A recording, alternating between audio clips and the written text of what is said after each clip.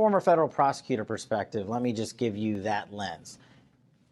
If we're to believe the reporting that there's 8, not 1, 8 confidential human sources, and possibly even dressed in pro-Trump gear, you have to hit a timeout button and say, wait a second. It's not like the FBI found these people and said on January 5th and said, go forth. A confidential human source for the Federal Bureau of Investigation requires a minimum of a 6-month onboard vetting process.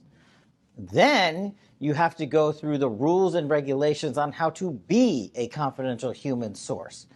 And once all of that happens and the FBI does their own internal verification to approve not just your background, but your relationships and your financial stability, and do you have ties to enemies of the United States and things like that. There's an extensive process there. We being Devin and I, when we ran Russiagate, we exposed Christopher Steele's source verification process at the FBI, which at the time was classified, but now has been put out.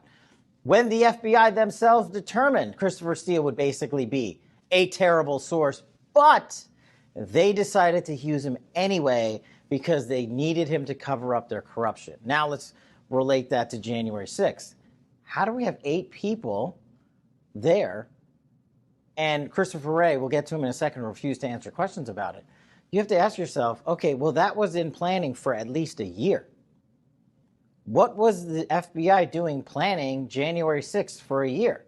Christopher Wray has testified that the FBI never instigated or helped the January 6th protesters commit crimes. Then there was a testimony from the FBI and Christopher Wray about January 6th where he says, we, the FBI, had no evidence that January 6th was going to happen. The two cannot coexist, Jan.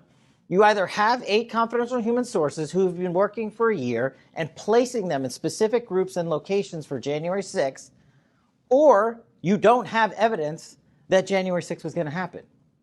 Now we have caught Christopher Wray in yet another lie to Congress because these confidential human sources would have been reporting by mandate and the law to the FBI the entire time they were working in these groups and working with these people and working with individuals that were there on January 6th. You can't just airdrop them in. So when Christopher Wray told the world that the FBI had no quality or no verifiable or credible evidence that January 6th was going to happen, that's a complete and total lie because they had placed, the FBI, confidential human sources there.